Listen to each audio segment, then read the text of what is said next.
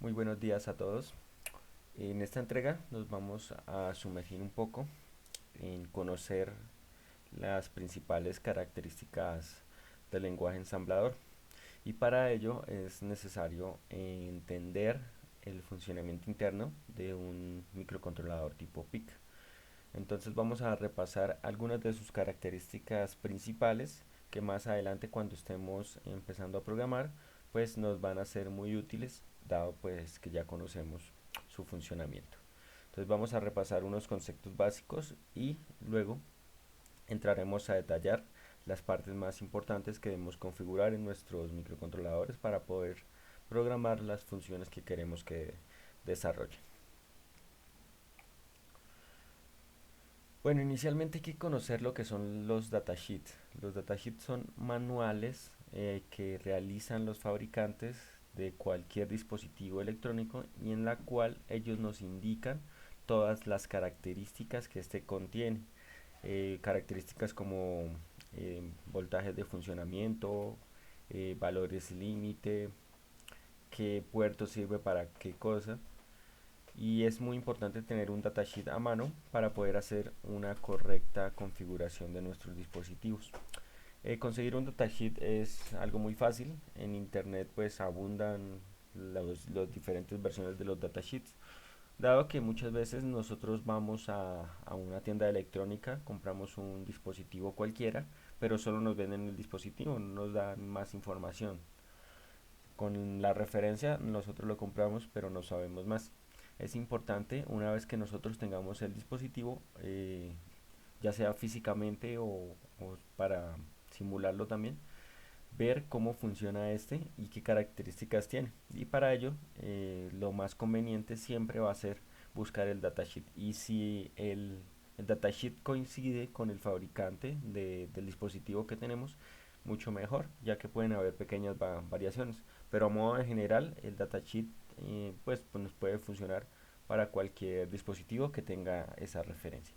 ¿Cómo buscamos un datasheet? Entonces muy fácil, vamos a ir a nuestro navegador de internet y en este caso vamos a buscar el datasheet de cualquier microcontrolador. Entonces escribimos en nuestro buscador datasheet y coloquemos por ejemplo el PIT 18F4550, que es el que nos aparece de primero. Todas las páginas que nos indican podemos nosotros descargar el datasheet. En este caso pues voy a ir a la primera, que directamente es un PDF. Y fíjense que ya tengo el datasheet del 18F4550. En el datasheet pues está la composición del PIC. Eh, pues acá nos dicen que hay de diferente encapsulado. Puede ser de montaje superficial, como el que vemos acá. Y bueno, ahí empieza pues una descripción de cada una de sus características, cómo configurarlo, cómo funciona. Entonces, bueno, esto es importante. Tener a mano siempre el datasheet. Por ejemplo, en esta primera característica que nos da, nos dice que debe funcionar con un cristal de alrededor de 48 MHz. Nos habla del banco de memoria, de cómo está distribuido internamente, algo de lo que hablamos en los videos anteriores. Por ejemplo, este PIC tiene 4, mentira, 5 registros de puerto. Esos son los que nosotros podemos utilizar para realizar nuestras diferentes funciones. Y si seguimos mirando, pues vamos a ir descubriendo muchas más características. Aunque siempre los datasheets y este tipo de manuales van a venir en inglés, digamos que no es un inglés tan complicado de entender y tiene mucho diagrama con el que nosotros nos podemos apoyar.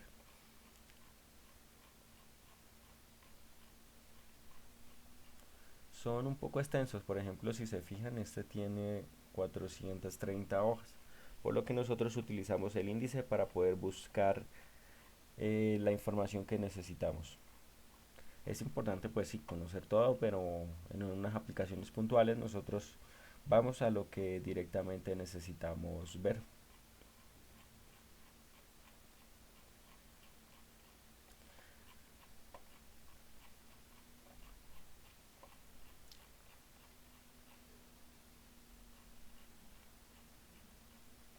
bueno, ahí seguimos repasando y hay mucha información disponible con la cual nosotros nos podemos guiar.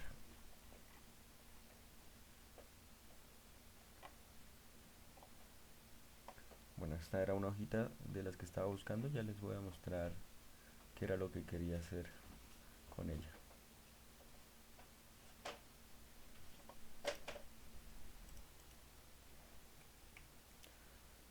Ahora hablemos un poco sobre los conceptos básicos del manejo de información. La unidad más pequeña es lo que nosotros conocemos como un bit. Lo definimos como un pulso electrónico, un pulso eléctrico, es lo más pequeño. Y decimos que es la unidad mínima de información, ya que puede estar activo, es decir, un set, o inactivo, un clear. También podemos decir que cuando está activo es un 1 y cuando está inactivo es un 0, o un alto y un bajo. Para poder trabajar en aplicaciones informáticas utilizamos el lenguaje binario y este es el que está conformado por unos y ceros. Por lo tanto, eh, esa información que nosotros tenemos en unos y ceros son unas combinaciones de bits para poder lograr cualquier estructura de información. Es decir, que bit es lo más pequeño y ahí va incrementando hasta llegar a lo que conocemos hoy día para el almacenamiento, como son los kilobytes, megabytes, gigabytes, terabytes, etcétera. Pero lo más pequeñito son los bits. Y los bytes son, digámoslo así, conjuntos de 8 bits, también conocidos como registro.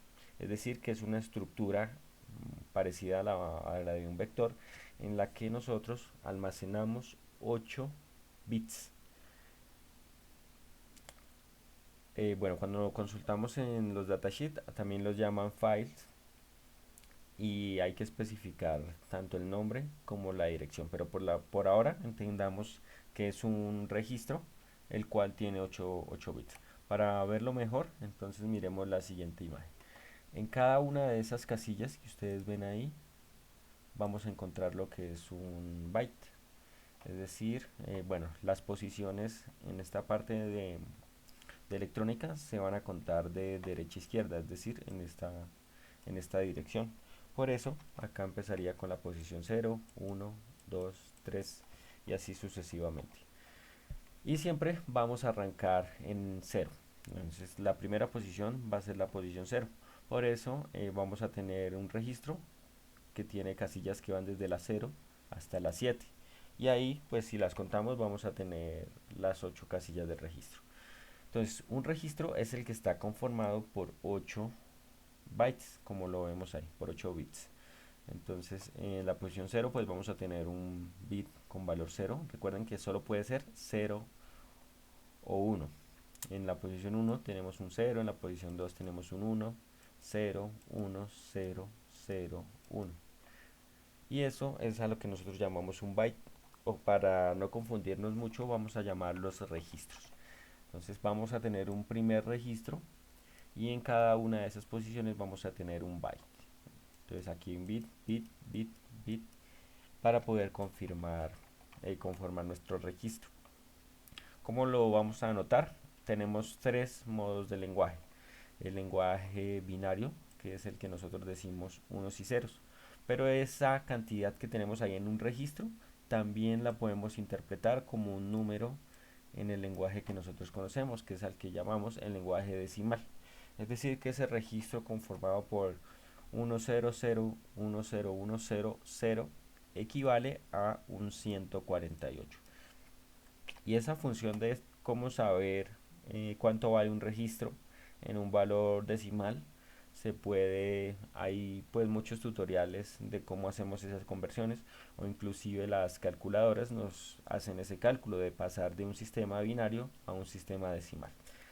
Hay otro sistema que es el hexadecimal, que es el que tenemos ahí en verde. Lo que nosotros tenemos que tener en cuenta es el número que está después de la X. Esto simplemente es para indicarnos que estamos en lenguaje hexadecimal. ¿Y por qué tenemos esa notación? Bueno, en el software que nosotros vamos a utilizar para programar, en el MPLAB, se puede utilizar ya sean valores binarios como el que tenemos acá, hexadecimales o decimales. Cualquiera lo podemos utilizar y el programa los va a entender para cualquier función que podamos realizar. Por ello nosotros vamos a trabajar más que nada con los que están en binario y los que están en decimal. En binario pues nos sirve saber eso, dado a que cada una de esas casillas está relacionada directamente con un puerto que nosotros queremos configurar para que haga una función respectiva. Ahí es cuando hablamos de configurarlos como entradas o salidas, pero más adelante vamos a hablar un poco sobre eso. Y para guardar información entonces la podemos establecer tanto en forma binaria como en forma decimal. Es decir, que si nosotros queremos hacer una suma la podemos guardar utilizando esos valores en decimal. Bueno, para entender un poco cómo funcionan los PIC, hay que tener en cuenta que estos funcionan en cómo nosotros trabajamos con esos registros. Entonces recordemos que un registro es a lo que nosotros llamamos un byte, es decir, un vector de 8 posiciones y en la que cada posición guarda ya sea un 1 o un 0. Los vamos a llamar registros y dentro de los PIC esos registros se llaman port.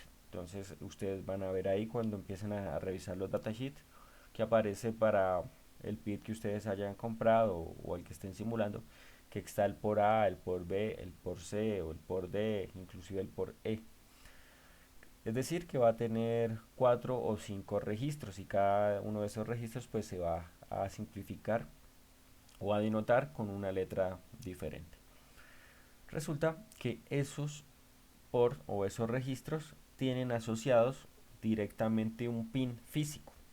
Es decir, acá en el ejemplo que ustedes están viendo, tenemos el por A. Esto no es necesariamente así, depende del PIC que ustedes estén trabajando. El por A tiene asociados los pines físicos que notamos como RA. Entonces fíjense que vamos de RA0, que sería el registro en la casilla 0. Recuerden que este sería el 0, este sería el 1 y así sucesivamente hasta el 7.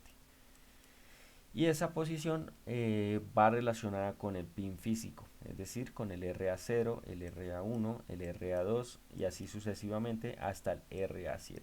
¿Para qué nos sirve esto? Esencialmente nosotros podemos configurar cada una de esas posiciones eh, de ese registro A, ya sea como una entrada o como una salida.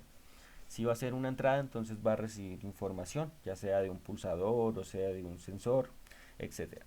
Y si es salida, nosotros podemos enviar por ahí información, ya sea un 1 o un 0 para encender o apagar un bombillo o para poder configurar un actuador en específico. Entonces por ahora entendamos eso.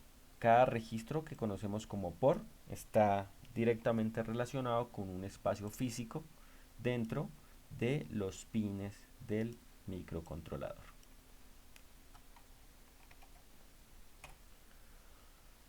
Bueno, hablando ya un poco de lo que son las entradas y salidas digitales, o sea, digitales son las que vamos a trabajar con unos y ceros, que nos sirven para poder configurar el funcionamiento interno de los pines asociados a un registro. Entonces acá es importante resaltar lo siguiente.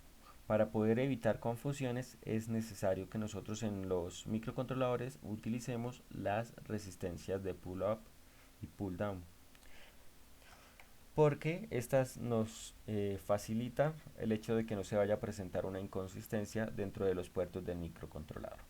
Si nosotros tenemos, como en este ejemplo, una fuente de 5 voltios, que por lo general el 5 nos va a indicar un 1 lógico. Bueno, eso es importante. 5 voltios para el caso de los bits en el lenguaje digital nos indica un 1 lógico y 0 voltios nos va a indicar un 0 lógico. Es decir que 5 voltios nos indica un alto y 0 voltios nos indica un bajo. Estrictamente esto no es así, los valores pueden ser aproximados 4 punto algo o 0 punto algo para cada una de esas posiciones, pero teóricamente nosotros lo entendemos así. Bueno, entonces en base a eso que acabamos de comentar, si yo tengo acá 5 voltios, es decir, un 1 lógico, y tengo un pulsador, que es el que está acá.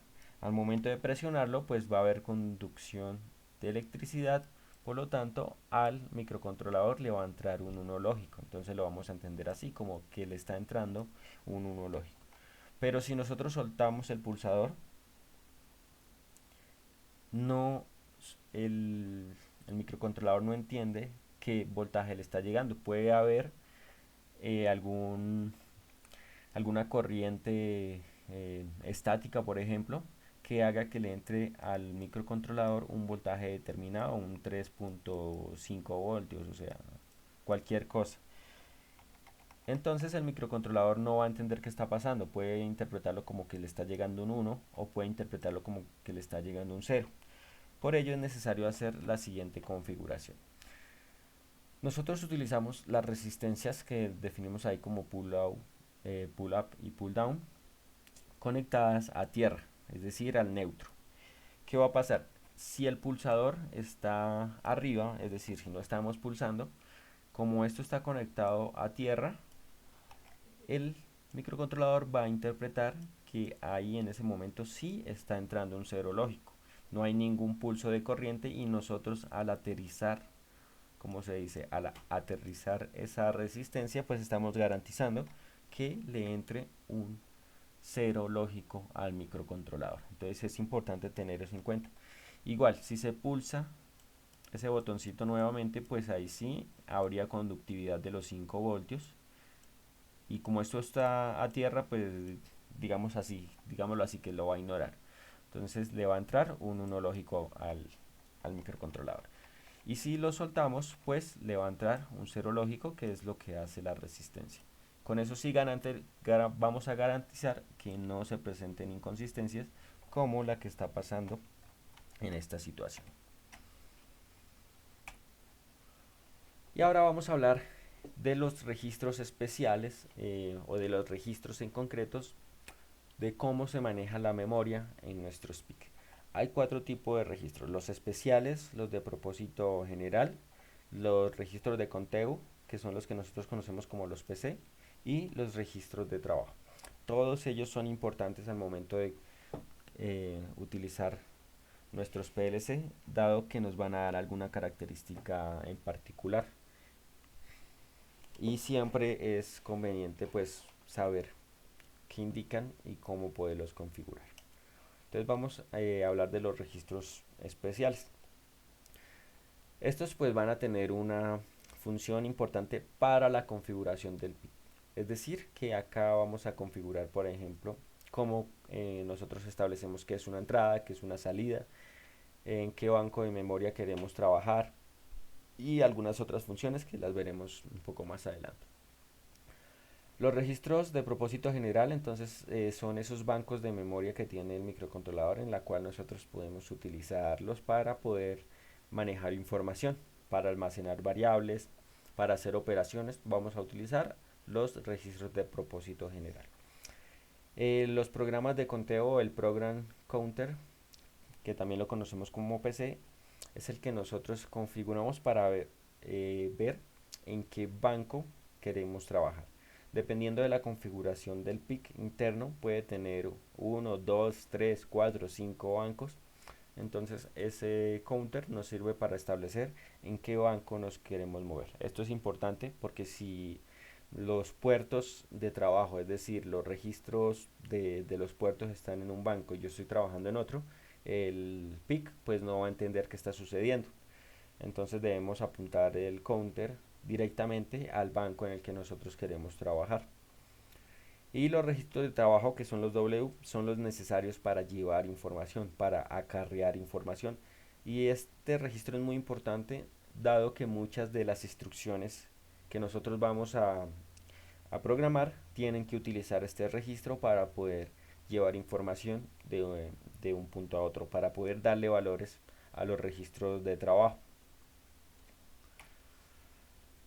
Bueno, esencialmente los PICs tienen la siguiente composición de memoria. Esto depende de la gama, depende también de las características del PIC. En este caso pues tenemos un ejemplo para un PIC que tiene 4 bancos de memoria.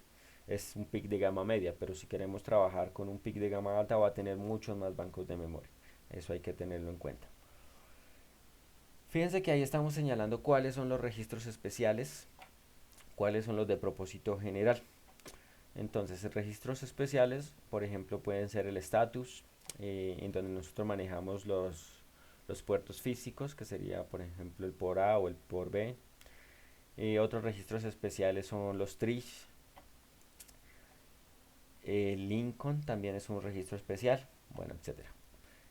El PC o el counter program nos va a indicar según el banco de memoria en el cual nosotros le indiquemos si trabaja en este banco de memoria o si se pasa para el siguiente, y pues con una serie de modificaciones que nosotros vamos haciendo le vamos a indicando en cuál banco de memoria va a trabajar. Y al final tenemos los registros de propósito general, digamos que son los bancos más grandes por lo que tienen la capacidad de guardar mucha información. Lo que se hace es elegir la dirección, digamos acá en esta parte que vemos nosotros establecemos ahí la dirección de cada uno de los registros. Con esa dirección buscamos una casilla, es decir, como si fuera un espacio blanco. Elegimos ese espacio en blanco y ahí es donde nosotros vamos a almacenar la información que queremos trabajar.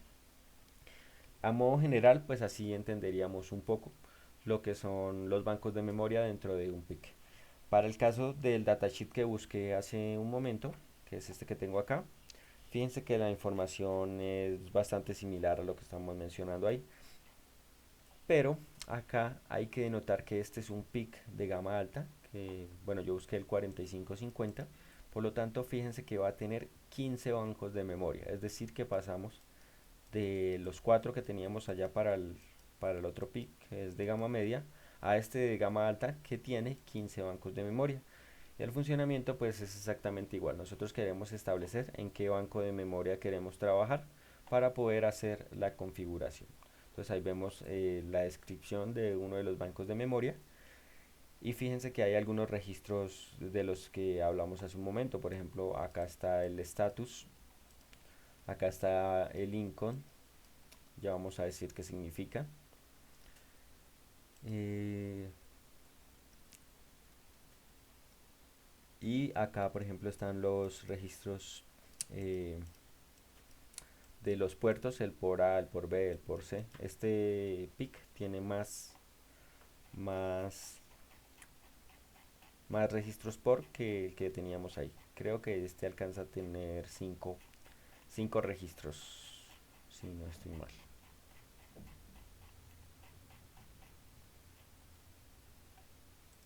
Entonces, así entendemos cómo funcionan los bancos de memoria dentro de un PIC. Bueno, algo de lo que tenemos ahí, esto es pues para un caso en el que solamente tenemos cuatro bancos. Y bueno, acá hay más, ¿no? Entonces fíjense, registros importantes, el status, los por, los tris, los sincon y otros que no es que no sean importantes, sino que no son tan esenciales para el funcionamiento de nuestro PIC. Ya cuando hagamos aplicaciones más avanzadas, pues sí vamos a empezar a tocar todos esos registros que están ahí. Pero por ahora nos vamos a quedar con los que están señalados.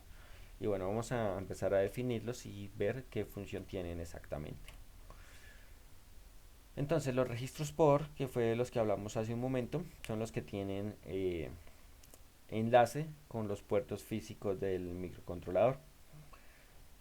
Para este PIC, que es el que tenemos ahí como 648 o 628, bueno, cualquiera de los que nos está mencionando ahí, vamos a tener el port A y el port B. Solamente va a tener dos registros port y tiene cada uno pues sus ocho pines dados con lo que hablamos hace un momento. Cada uno de los pines pues indica una posición, empezando del 0 hasta el 7. Por ejemplo, para el caso del por A, fíjense que acá estaría, busquemos el RA0, que sería este. Este me está indicando la casilla 0. Pongamos que ahí hay un 0. El RA1 que me indicaría la casilla 1. Ahora al otro lado, fíjense que estaría el RA2. O sea, no necesariamente tienen que ir seguidos. Entonces acá estaría la casilla 2. Estos son casillas, ¿no? La casilla 2, el 3, el 4, el 5 y así sucesivamente. No necesariamente tienen que ir seguidos. Y pasa lo mismo acá. Tenemos el RB0, 1, 2, 3, 4, 5, 6 y 7. Entonces, en estos port o en estos registros port son los que nosotros vamos a utilizar ya sea como entradas o salidas para podernos comunicar con el exterior. Ah, bueno, una parte que de pronto no mencioné anteriormente es esta, y es que en el BDD nosotros tenemos que alimentar el microcontrolador y en el BSS lo tenemos que aterrizar. Es decir, que ahí entraría un voltaje de 5 voltios, no necesariamente 5 voltios, pero sí es como el estándar. Y acá pues entraría el negativo o el neutro del, de la fuente de alimentación. Esto es cuando trabajamos el microcontrolador físico. A veces en los programas de simulación no es necesario alimentar esos puertos o no tienen la opción, pero físicamente sí tenemos que hacerlo para poder garantizar el funcionamiento. Más adelante cuando montemos un PIC vamos a ver cómo es esa conexión. Y bueno, otra partecita que de pronto no he mencionado es estos puertos que aparecen denotados como OS C1, OS 1 y 2 es para el oscilador o el cristal de cuarzo.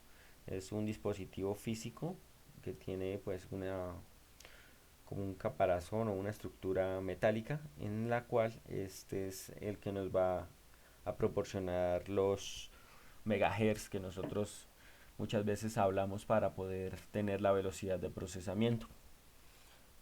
Físicamente siempre es necesario utilizar ese cristal, aunque algunos microcontroladores internamente traen un cristal, pero se acostumbra en la realidad a utilizar un externo, digamos que tiene mejor rendimiento y podemos hacer más configuraciones. Bueno, los registros Trich son importantes para la configuración de nuestros ports. Es decir, que los tris son los que nos permiten configurar si un bit del port es entrada o es salida. Entonces, por ejemplo, en este caso tenemos el tris B y yo voy a colocarle a ese tris B en la posición 0, le voy a colocar un 0. El 0 me indica que es una salida y el 1 me indica que es una entrada. Es decir, que físicamente acá estaría el R a, perdón, el RB0, que bueno es el que tenemos ahí, y esto funcionaría como una salida. Es decir, que ahí yo puedo conectar un LED, por ejemplo, para ver si enciende o apaga. Acá, por ejemplo, en el 4, en el tris 4, se estaría configurando el RB4 como una entrada. Ahí nosotros conectaríamos un pulsador o un sensor o cualquier dispositivo que funcione suministrándole datos a ese bit en el registro port. Tengamos en cuenta que con el port nosotros denotamos los pines y con el tris los configuramos si son entradas o si son salidas. O sea, el tris nos sirve para configurar los que sean entradas y los que sean salidas para el port. Son registros que tienen una relación estrecha, pero los tris nosotros los vamos a utilizar al inicio, simplemente como un parámetro de configuración para indicar si es una entrada o si es una salida. Y el registro status es el que nos permite movernos de banco en banco. Acá vamos a mirar, es un registro, es decir que tiene 8 casillas, como las ven ahí, o sea cada una de esas casillas pues tiene una función característica, pero para nuestros casos iniciales vamos a quedarnos con estos tres últimos, ya que son los que nos permiten movernos entre el banco 0, 1, 2 y 3 y así sucesivamente dependiendo de la cantidad de bancos que tenga el PIC. Esto lo tenemos que mirar en el datasheet para poder ver en qué banco queremos trabajar. Entonces es muy importante verificar el datasheet y cambiar los valores de ese registro para poder configurar y saber en qué banco nos vamos a mover.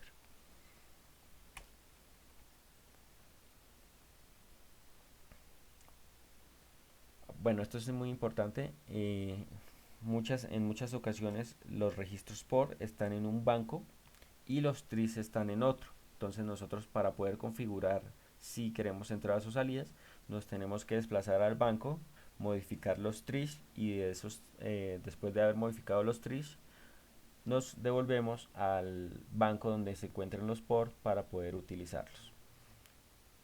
Miremos el ejemplo que teníamos acá, por ejemplo. Fíjense que acá en el banco 1 están los POR, y en el banco, en el banco 0 están los POR, en el banco 1 están los trish. Si yo quiero configurar, por ejemplo, que el RA2 funcione como una entrada, entonces tengo que irme utilizando status, tengo que irme al banco 1, modificar el trish para decirle yo quiero que RA2 sea una entrada, y después de haberlo modificado, utilizando nuevamente status, me devuelvo al banco 1 para poder utilizar ese POR o ese registro POR que acabamos de modificar como entrada o salida. Entonces ahí sí ya empezaríamos a tratar si hay sensores o si hay pulsadores conectados a eso que acabamos de configurar. Entonces nuevamente repito, tris los usamos para configurar entradas o salidas, y POR ya es para trabajar directamente con los pines físicos del microcontrolador.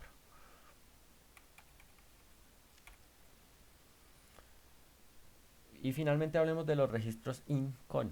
Estos registros tienen una propiedad particular. Bueno, resulta que los PIC eh, tienen una secuencia lógica, es decir, nosotros creamos unas instrucciones y él los va siguiendo de una manera lineal. Pero se pueden configurar unos eventos especiales. ¿Qué quiere decir eso? Por ejemplo, he estado trabajando el PIC como normalmente en una aplicación cualquiera, y surgió un inconveniente, se disparó una alarma o cualquier tipo de evento importante, un accidente o una función de último momento, una urgencia. Cuando en esos in, que significa interrupción, se establece que pues pasó algo, es decir, que se activó esa interrupción, el programa interrumpe lo que estaba haciendo para ir a atender esa emergencia y ver qué fue lo que pasó, poder solucionarla, etcétera. Pues eso según lo que nosotros programemos. Una vez que, por decirlo de alguna manera, solucionó la emergencia o la urgencia, va a regresar a continuar la ejecución de su funcionamiento normalmente. Esto es muy útil por si se presentan emergencias, como digo, o acciones que no estaban previstas, pero el PIC está configurado para que las atienda si se llegan a presentar. Entonces, si el PIC es el cerebro de una operación industrial y hay un accidente con un operario, nosotros activamos un botón que iría conectado a esa interrupción para que se pare la operación, puede ser, o para que hagamos alguna acción que nos permita corregir ese error o ese accidente que se puede presentar antes de continuar la operación. Entonces, por eso es importante el manejo de interrupciones. Inicialmente no las vamos a trabajar, dado que en nuestras primeras aplicaciones no se van a presentar ese tipo de casos, pero sí más adelante puede hacer que miremos algo sobre las interrupciones. Para esto simplemente tenemos que poner dentro del registro InCoin, todos son registros, en la casilla 7, el GIE, que es como el registro general de interrupciones, lo tenemos que poner en 0 para desactivar las interrupciones, es decir, que el PIC no va a estar pendiente de si se presenta alguna interrupción, él va a seguir trabajando pues su estructura lógica que nosotros le hemos programado. Y bueno, eso sería todo lo que les quería comentar. Pues esa página que ven en pantalla es muy útil y me sirvió mucho para sacar la información de la que estuvimos hablando hoy. Ya conocemos el funcionamiento de un PIC internamente.